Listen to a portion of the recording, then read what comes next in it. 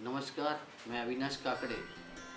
आज कुछ बातों का फ़र्क हम समझेंगे क्योंकि बहुत कन्फ्यूज़न चल रहा है। जैसे ये मार्केट के नियम अधिनियम को बदला गया है, कुछ और कानूनों को बदला गया है किसानों के फेवर में, विपणन के कानूनों को बदला गया है, उसमें बहुत सारा कन्फ्यूज़न है। ज़मीन और उपज, इसमें बहुत बड़ा फ़र्क है। कृषि और कृषक, इसमें फ़र्क है।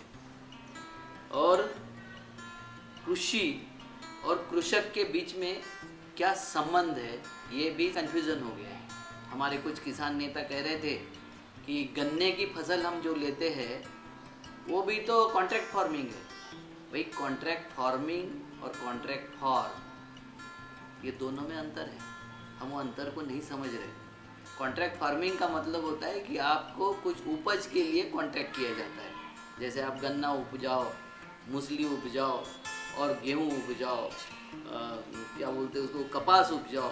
अभी कपास के लिए बहुत सारा मध्य प्रदेश में चल रहा है कि वहाँ कपास की उपज होती है, नॉन बीटी के कपास के लिए वो खरीदी करते हैं। मगर कॉन्ट्रैक्ट फार्म जब होता है तो आपकी ज़मीन का ही ठेका लिया जाता है। कॉन्ट्रैक्ट फार्मिंग होता है तो उसमें एक्टिव पार्ट जो होता है वो किसान होता है। वो काम करता है, खुद अपने फील्ड पर काम करता है, अपनी उपज लाता है, उसमें सारी इनपुट्स वो सारी चीज़ें वो करता है।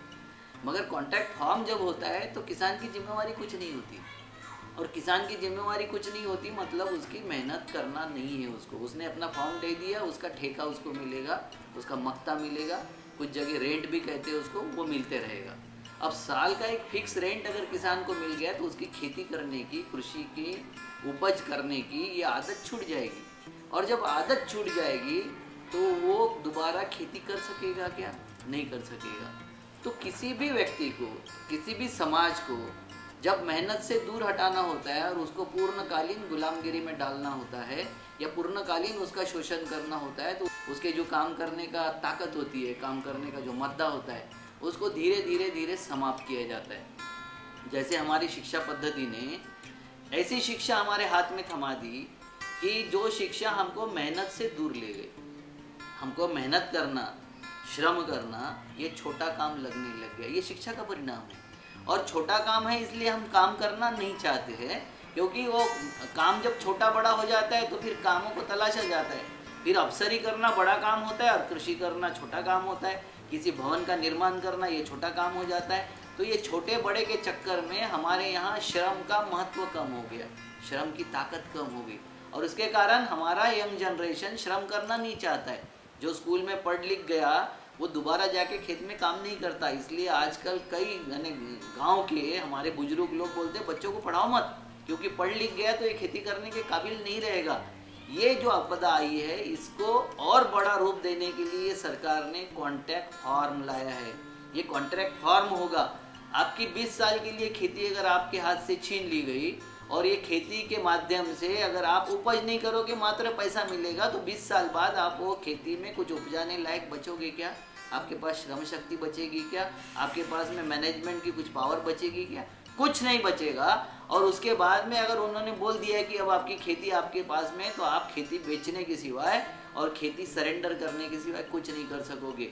पहले आकर्षक पैकेज दिए जाएंगे, जैसे बहुत सारी चीज़ों में दिए जाते हैं, बहुत सारी कंपनियों में दिए जाते हैं, बहुत सारे ऑफर में दिए जाते हैं। और ये आकर्षक पैकेज देने के बाद जब छोटी कंपनियां और सारे बंद हो जाते हैं तो फिर वो अपने तरीके से आपका मूल्य आंकते हैं, आपके उत्पाद का मूल्य आंकते हैं। आज भी वो अपने उत्पाद का मूल्य वैसे ही आंक रहे हैं, मगर सरकार उस पर नियंत्रण कर रही। मगर ये सारी कॉन्ट्रैक्ट फार्मिंग जब होगी तो बड़े लोग जो होंगे, बड़े कंपनियां होंगी, उनके हाथ में फार्म चले जाएंगे। और फिर अनाज के बारे में भी हम किसी कंपनी के ऊपर अवलंबित हो जाएंगे। और जब देश अवलंबित हो जाएगा फूड के बारे में, किसी धन्ना सेठों के हाथ में अवलंबित हो जाएगा फूड, किसी व्यक्ति के या किसी कंपनी के हाथ में कॉन्सेंट्रेट हो जाएगा, तो ये देश में गुलामी आने के लिए बहुत ज़्यादा समय नहीं लगेगा। मैं सारे किसानों से आग्रह करता हूँ कि ये चक्कर में ना पड़े। किसान नेताओं से कहना चाहता हूँ कि आप पहले कॉन्ट्रैक्ट फार्मिंग और कॉन्ट्रैक्ट फार्म, इसका फ़र्क समझिए और ये फ़र्क लोगों को समझाइए। अदरवाइज़ हमारे ऊपर खेती छीनने वाली है, बहुत बड़ा संकट मंडरा रहा है। नमस्कार।